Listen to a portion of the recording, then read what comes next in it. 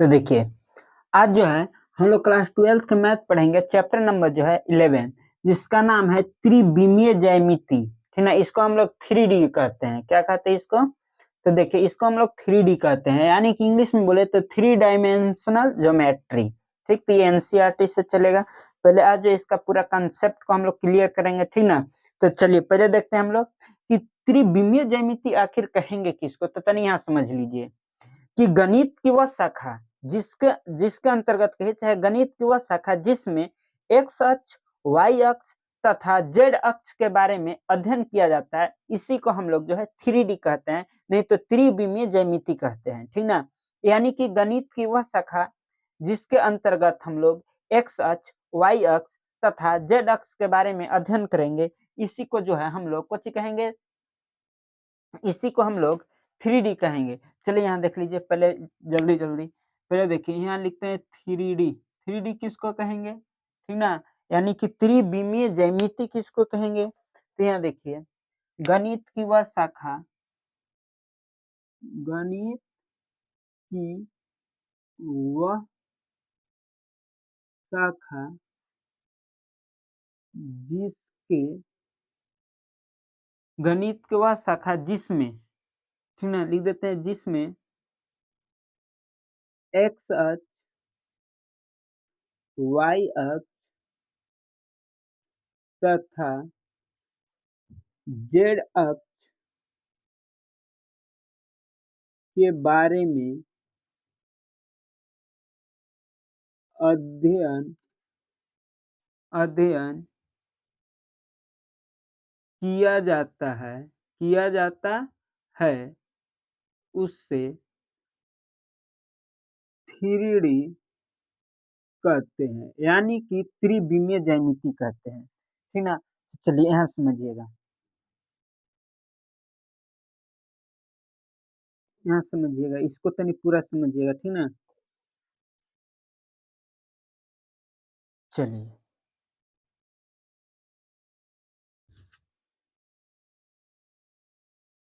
यहाँ देखिए, इसको बोलते हैं एक्स अक्ष, ये हो गया आपको वाई अक्ष, और यहाँ हो गया आपको जेड अक्ष।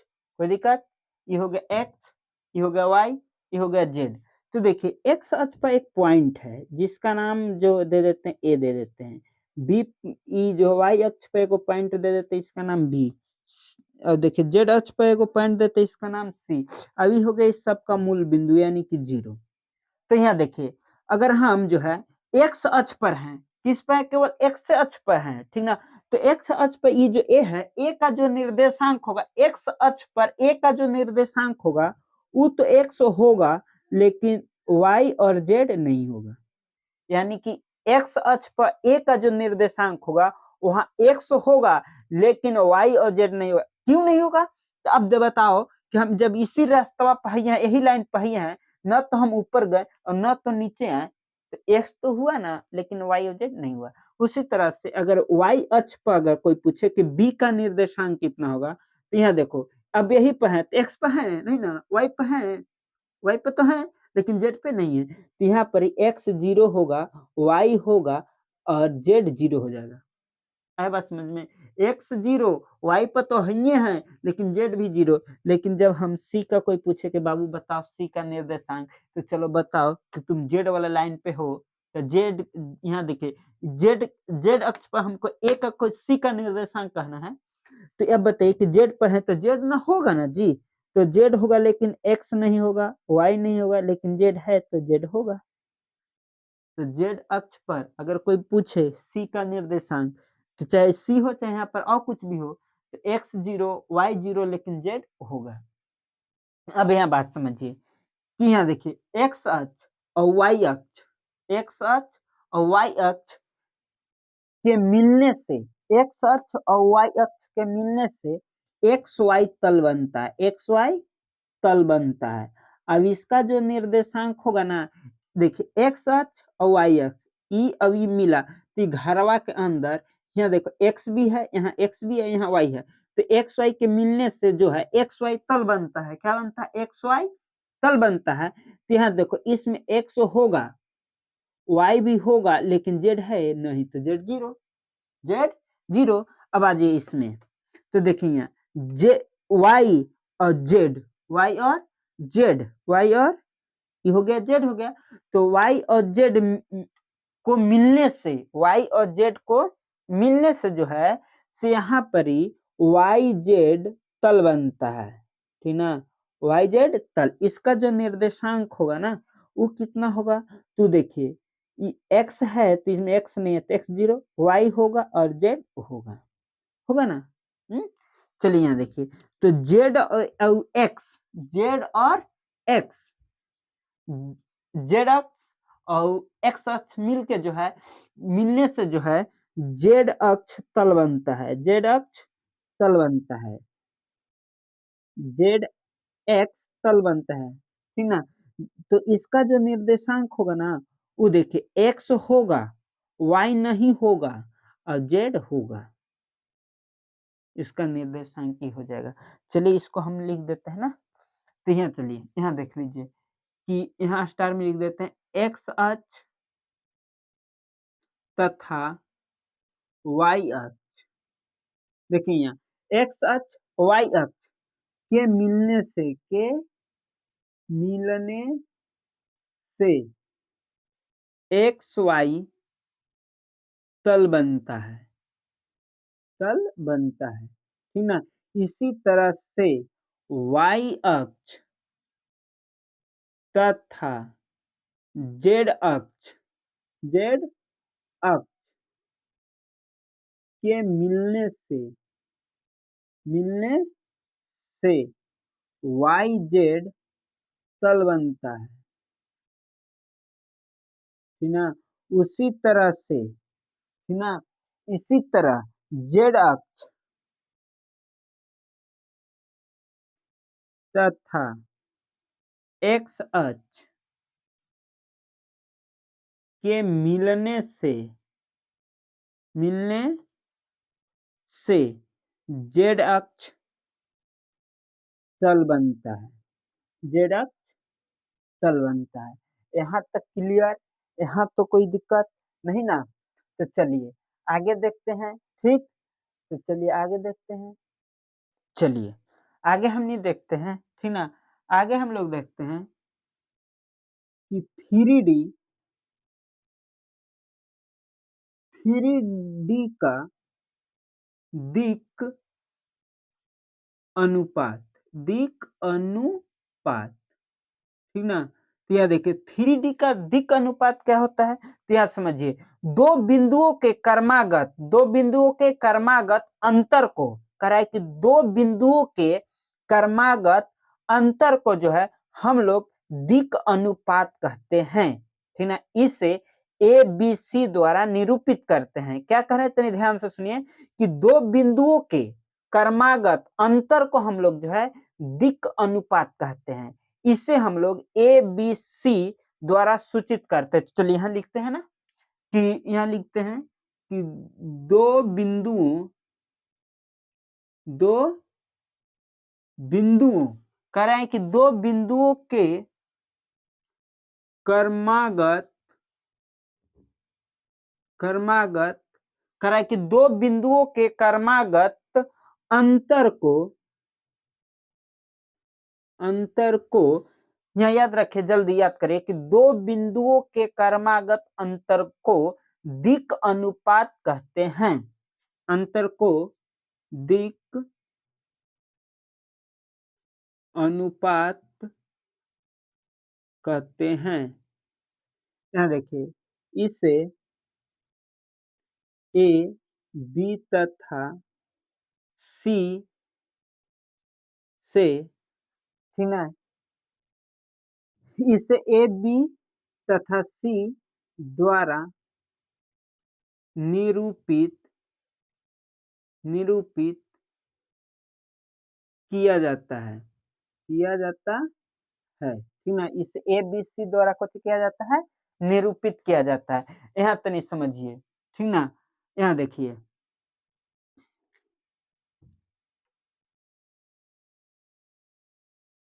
ये आपका हो गया ए, अभी आपका हो गया कुछ हो गया बी हो गया, ठीक ना। ये आपका हो गया ए और बी। यहाँ देखिए यहाँ पर मान लेते हैं कि x1 है, y1 है, अभी z1 है, ठीक ना। इधर देखते हैं तो ये आपका हो जाएगा x2 y2 और z2, ठीक। यहाँ बात समझिए, ठीक ना। तो देखिए हम लोग परिभाषा करें कि दो बिंदुओं के कर्मागत अंतर को हम लोग है दिक् अनुपात कहते हैं। तो चलिए देखिए पहले ए बराबर जो लिखेंगे ना वो हो जाएगा x2, देखिए x2 माइनस x1, या फिर आप लिख सकते हैं x1 माइनस x2, ठीक। चलिए इसी तरह से बी को जो हम लोग कहेंगे y2 माइनस y1, या फिर इसी को हम लोग कर सकते हैं y1 माइनस y2, कोई दिक्कत नहीं ना। तो चलिए इधर चलिए सी, तो सी बराबर हम लोग लिख सकते हैं कि z2 माइनस z1, या फिर z1 माइनस z2 को हम लोग क्या कहेंगे। तो देखिए कह रहे हैं कि दो बिंदु के कर्मागत अंतर को हम लोग दिक् अनुपात कहेंगे। तो ये देखिए तो इसे हम लोग ए बी सी द्वारा निरूपित करते हैं, ए एक्स बी वाई और जेड सी। चलिए इसी तरह से इसका एक देख लेते हैं एग्जाम्पल, ठीक ना। पहले हम एग्जाम्पल लिखते हैं ना। चलिए यहाँ देखिए एक एग्जाम्पल ये है कि 2 2 4 तथा 5 6 7 से जाने वाली रेखा का दिक् अनुपात ज्ञात करें। चलिए यहाँ देखिए समझ लीजिए, ये आपका हो गया, ये आपका दे दी ए, ये हो गया आपका बी। तो यहाँ देखिए यहाँ पर 2 2 और 4 है, यहाँ पर मान लेते हैं कि बी बराबर हो गया 5 6 और 7, ठीक ना। चलिए इसको हल करते हैं। तो पहले देखिए यहाँ ए में देखिए यहाँ x2 माइनस x1, यहाँ देखिए चलिए हम डायरेक्ट लिखते हैं ना, चाहे फिर यहाँ आप कर सकते हैं आप x2 माइनस x1, ठीक। तो यहाँ देखिए x2 माइनस x1 जो आपका हो जाएगा, ये हो जाएगा आपको, तो यहाँ देखिए 5 माइनस 2, 5 माइनस 2 बराबर हो जाएगा 3, हो जाएगा ना। या फिर अगर x1 माइनस x2 करें, इसको में से इसको घटाएंगे तो ये आपको आ जाएगा -3, आ जाएगा कि नहीं। यानी कि आप इसी को लिख सकते हैं प्लस माइनस कुछ लिख सकते हैं 3। इसी तरह से चलिए यहाँ देखिए बी के जगह पर अब देखिए यहाँ y2, यहाँ कुछ कर रहा है कि y2 माइनस y1, तो y2 के जगह पर देखिए 6 है और माइनस y1 के जगह पर कितना है तो 2 है, इसको घटाएंगे तो 4 बचेगा। या अब देखिए y1 माइनस y2 अगर 2 में से 6 को घटाएंगे तो -4 बचेगा, तो इसी को हम लोग लिख सकते हैं प्लस माइनस कितना 4। इसी तरह से अब सी में चलते हैं, तो z2 माइनस z1 है ना, यहाँ z2 माइनस z1, तो z2 है 7 और माइनस z1 कितना है 4, इसको घटाएंगे तो बचेगा 3।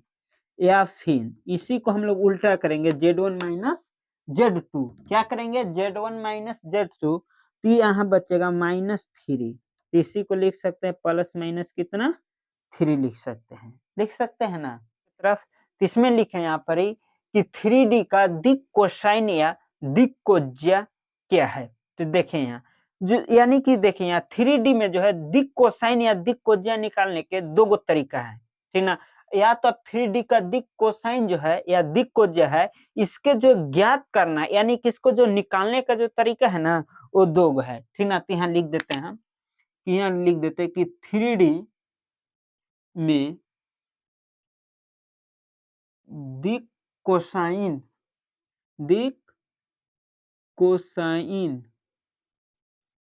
निकालने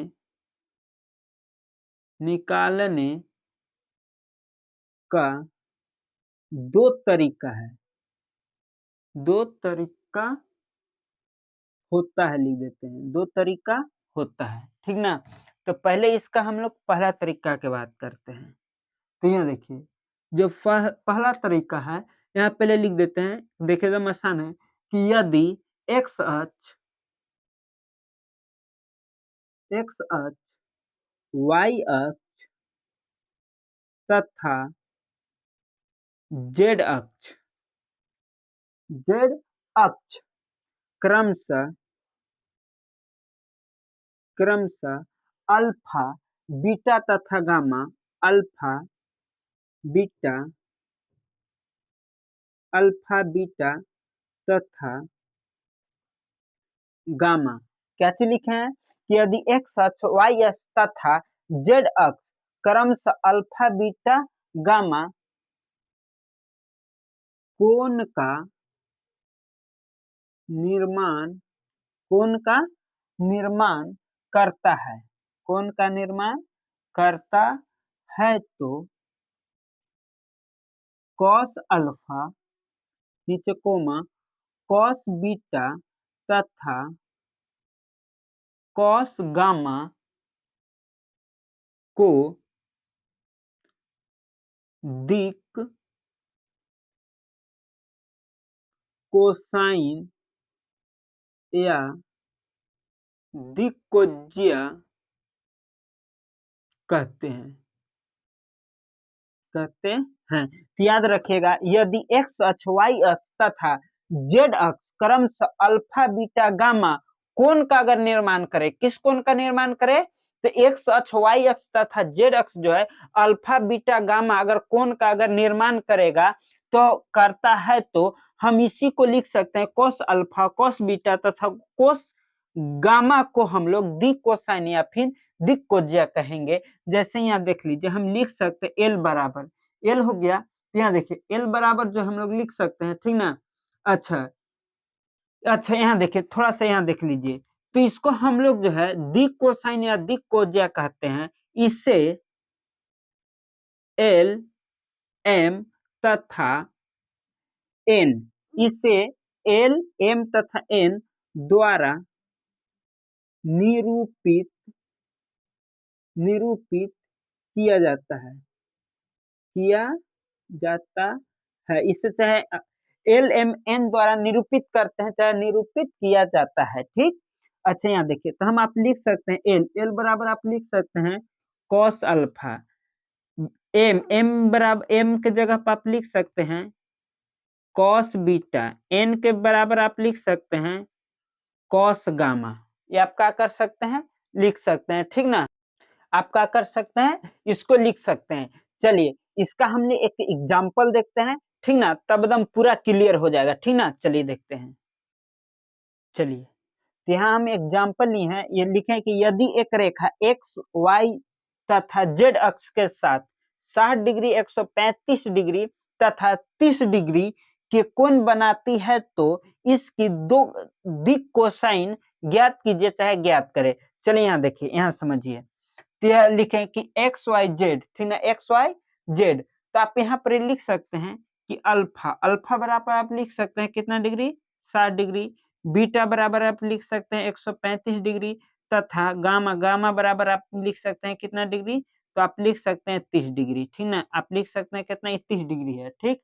इसी को आप लिख सकते हैं कि हो गया आपको एल, ये हो गया एम, अब ये हो गया एन, ठीक ना। तो आप एल के जगह पर लिख सकते हैं कॉस अल्फा, तो अल्फा के जगह पर आप कितना लिख सकते हैं, अच्छा इसी को आप फार्मूला में लिख दीजिए ना, ठीक ना। तो हो गया एल कॉस, यहाँ लिख सकते हैं अल्फा, ये हो गया कॉस बीटा, ये हो गया कॉस गामा। आप इसी को लिख सकते हैं यहाँ पर ही कि कॉस 60 डिग्री, देख रहे हैं ना, अल्फा की जगह 60 है, इसी तरह से कॉस 135 डिग्री, इसी तरह से कॉस गामा कितना डिग्री है, 30 डिग्री, तो आप 30 डिग्री लिख सकते हैं ना। चलिए यहाँ देख लीजिए, ठीक, यहाँ देख लीजिए, तो अब बताइए cos 60 के मान कितना होता है, तो 1/2 होता है ना। cos 135 के मान कितना होता है, तो इसका होता है -1/√2 होता है, ठीक। अच्छा cos 30 के मान कितना होता है, तो cos 30 के मान होता है √3/2 होता है। यही इसका क्या हो गया, आंसर हो गया, ठीक ना। यही इसका क्या हो गया, आंसर हो गया। तो आसान है ना। इसी तरह से जो है आपको दिक कोसाइन ज्ञात करना है, ठीक। चलते हैं आगे। चलिए अब हम लोग चलेंगे दिक कोसाइन को, ये तो पहला तरीका देख लिए थे उसको बनाने का, अब देखेंगे इसको दूसरा तरीका बनाने का। तो चलिए यहाँ देखिए ध्यान से, लिखे कि यदि ए बी सी तथा ए बी सी दिक अनुपात होता है, तो जो है इसको कैसे हल करना है। तो देखिए यदि ए बी सी दिक अनुपात होता है, तो आप लिख सकते हैं plus minus A under root, आप इसी को कर सकते हैं A square plus B square plus C square, ठीक ना। इसी तरह से ठीक, आप बी में चलते तो plus minus B under root हो जाएगा आपका A square plus B square plus C square. इसी तरह से चाहे आप लिख सकते हैं तथा plus minus C under root A square plus B square plus C square को हम लोग दिक कोसाइन कहते हैं, को दिक कोसाइन कहते हैं, ठीक ना। तो देखिए ये दूसरा तरीका है दिक कोसाइन ज्ञात करने के लिए, ठीक। यहाँ देखिए चूंकि आप यहाँ लिख सकते हैं ये आपका एल हो गया, एल बराबर आप लिख सकते हैं plus minus A under root आप लिख सकते हैं, ये हो गया आपको कुछ A square plus B square plus C square. इसी तरह से ये हो गया एम, एम बराबर आप लिख सकते हैं plus minus B under root A square plus B square plus C square तथा ये हो गया आपको कुछ एन बराबर, यहाँ प्लस माइनस हो गया C under root A square plus B square plus C square. चलिए इसका एक एग्जाम्पल देखते हैं कि इसको कैसे सोल्व करेंगे, ठीक ना। तो हम एग्जाम्पल बोर्ड पे लिखते हैं, ठीक। चलिए यहाँ देखते हैं, चलिए एग्जाम्पल यहाँ पर लिख दिए हैं कि यदि 1, 2 तथा 3 किसी रेखा की दिक अनुपात है तो इस रेखा का दिक कोसाइन ज्ञात करें। चलिए इसको देखिए कैसे बनाते हैं। तो देखिए आपको इसको जब आप सोल्व करिए तो पहले देखिए आपको ए बराबर मालूम है 1, यहाँ देखिए बी बराबर आपको मालूम है कितना 2, सी बराबर भी मालूम है कितना 3। आपको क्या निकालना है, तो एल ज्ञात करना है, एम ज्ञात करना है, एन ज्ञात करना है, ठीक ना। तो आप चलिए यहाँ देखिए आप एल एम एन ज्ञात करने से पहले आप यहाँ निकाल लीजिए, ठीक ना। देख रहे हैं कि ए बी सी है, तो यहाँ निकाल लीजिए ए का स्क्वायर प्लस बी का स्क्वायर प्लस सी का स्क्वायर। चलिए यहाँ देखिए ए के जगह ही आपका कितना 1, 1 का स्क्वायर प्लस बी के जगह पर 2, तो 2 का स्क्वायर प्लस सी के जगह पर 3, तो 3 का स्क्वायर लिख सकते हैं ना। यहाँ चलिए यहाँ देख लीजिए, तो देखिए 1 का करेंगे 1, 2 दूनी के 4, 3 तरीके 9, इसको आप ऐड कर लीजिए तो हो जाएगा कितना हो जाएगा, तो 9 1 10 और 4 हो जाएगा 14, ठीक ना। यहाँ से चलिए यहाँ सब बारी बारी आप निकाल लीजिए। देखिए यहाँ एल है, तो एल के निकालने के लिए यहाँ देखिए फॉर्मूला है plus minus A under root A square plus B square plus C square. देखिए यहाँ प्लस माइनस 1 के जगह यहाँ पर ए के जगह पर कितना है 1, तो 1 रख दिए।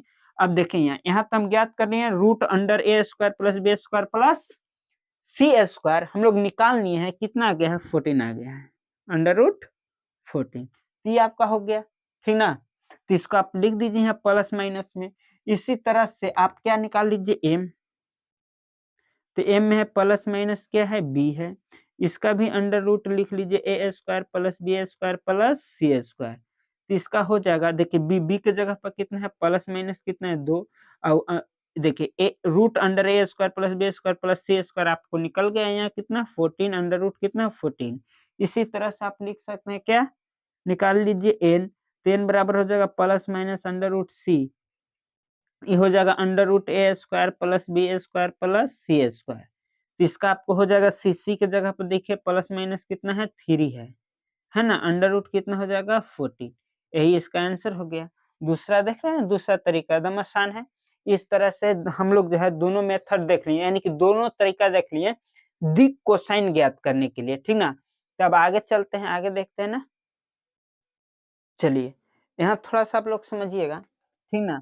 यहाँ पर प्रूफ करते हैं, तो यहाँ देखिए अगर आपको मान लीजिए कि A L square plus M square plus N square बराबर 1 दिया हुआ है, 1 कैसे आएगा इसको प्रूफ करना है, ठीक ना।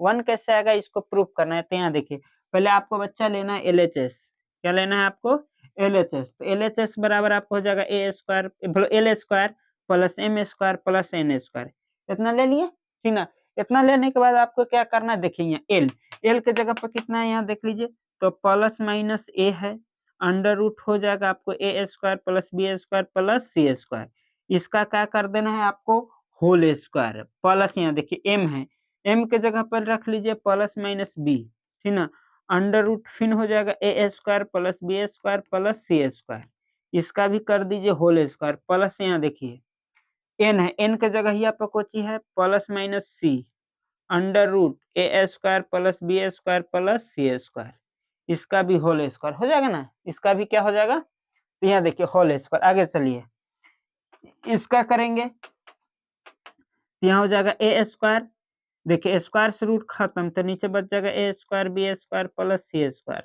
बच जाएगा ना, फिर प्लस इसका करेंगे तो हो जाएगा बी स्क्वायर, नीचे करेंगे स्क्वायर से रूट खत्म तो यहाँ भी बचेगा A square plus B square plus C square plus इसका करेंगे तो यहाँ हो जाएगा सी स्क्वायर, नीचे कट जाएगा रूट, स्क्वायर से रूट खत्म तो बच जाएगा A square plus B square plus C square, नीचे एलसीएम ले लीजिए तो जब एलसीएम निकालिएगा तो आपको आ जाएगा A square plus B square plus C square और ऊपर जब सबका तो एक हो जाएगा ना, एलसीएम लेंगे तो सब तो एक हो जाएगा, देखिए कट गया कितना बार में, तो 1 बार में, प्रूफ हो गया कि नहीं हो गया।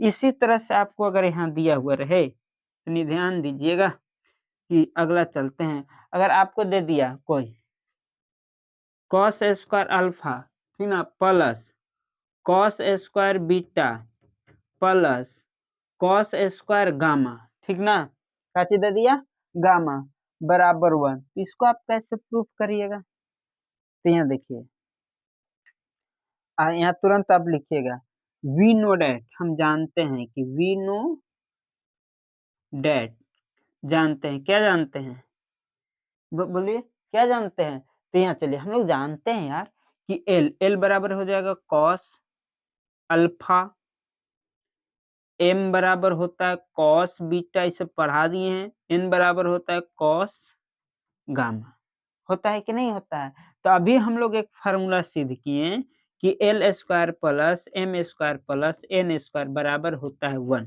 देखिए अभी सिद्ध किए ना, तो यहाँ पर ही लगा दीजिए, तो इसी तरह से यहाँ भी हो जाएगा कि cos square alpha plus cos square beta plus cos square gamma बराबर भी होगा 1, हो गया ये प्रूफ, ठीक ना, प्रूफ हो गया, यहाँ जैसे हो गया था प्रूफ आरएचएस में, ठीक ना, हो गया। चलिए आगे चलते हैं हम लोग, चलिए आगे यहाँ ध्यान दीजिए, ठीक ना,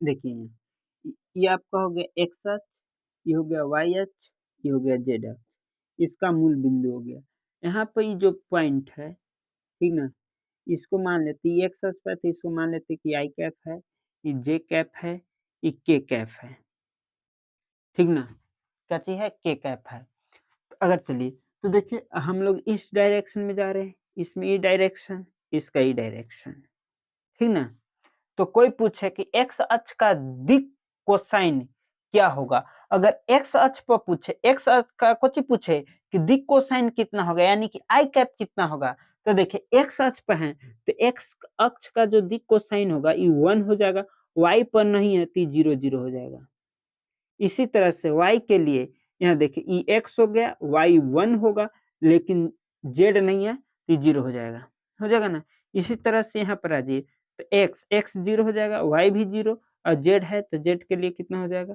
1 हो जाएगा, ठीक ना, तो इस तरह से आप लिख सकते हैं कि यहाँ में स्टार में कि x अक्ष का दिक कोसाइन ये कितना होगा, तो देखिए यहाँ दिक कोसाइन जो होगा ये 1 हो जाएगा एक्स अक्ष के लिए, केवल एक्स अक्ष के लिए, तो 1 y 0 z 0, इसी तरह से y अक्ष का दिक कोसाइन जो हो जाएगा वो हो जाएगा x 0 y 1 लेकिन z 0, इसी तरह से z अक्ष का दिक कोसाइन जो होगा, दिक कोसाइन जो होगा ना वो होगा देखिए x 0 y भी 0 लेकिन z के लिए 1 हो जाएगा ना, एक चीज आप लोग और याद रखिएगा ठीक ना, कि जब x अक्ष y अक्ष तथा z अक्ष, क्या करें सुनिए, जब x अक्ष y अक्ष तथा z अक्ष समान समान कोण का निर्माण करते हैं, समान कोण का निर्माण करते हैं, तो इस स्थिति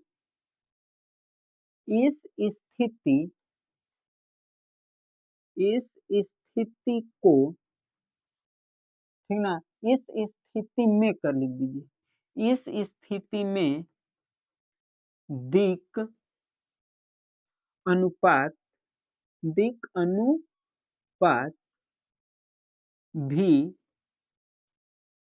समान होता है।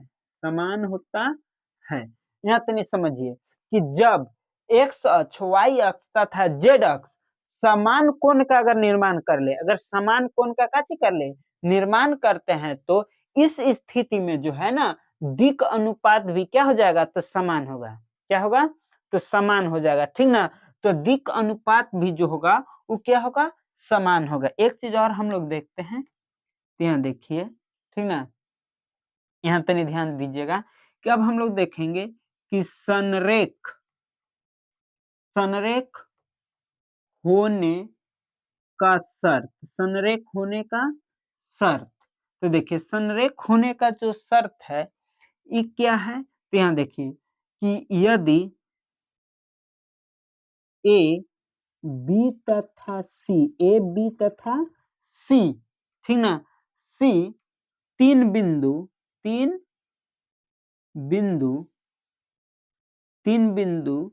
होता है। कितना बिंदु होता है, तो 3 बिंदु होता है, और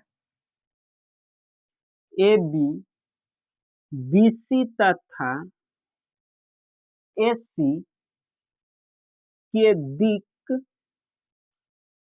अनुपात का गुणांक समान होता है, तो इसे संरेख कहते हैं। तनिया समझिए, ठीक ना। यहाँ क्या कर रहे हैं कि संरेख होने का शर्त, तो संरेख होने का शर्त क्या है कि यदि ए बी तथा सी तीनों बिंदु होता है, ए बी सी 3 बिंदु होता है, और ए बी बी सी तथा ए सी के दिक् अनुपात का जो गुणांक है अगर समान होता है, तो उसे संरेख कहते हैं। तब उसे कुछ कहेंगे, तो संरेख कहेंगे। तब उसको क्या कहेंगे, संरेख कहेंगे। कब, यदि ए बी तथा सी 3 बिंदु होता है और ए बी बी सी तथा ए सी के दिक् अनुपात का गुणांक समान होता है, तो इसे जो है संरेख कहते हैं। क्या कहते हैं, इसे संरेख कहते हैं, ठीक।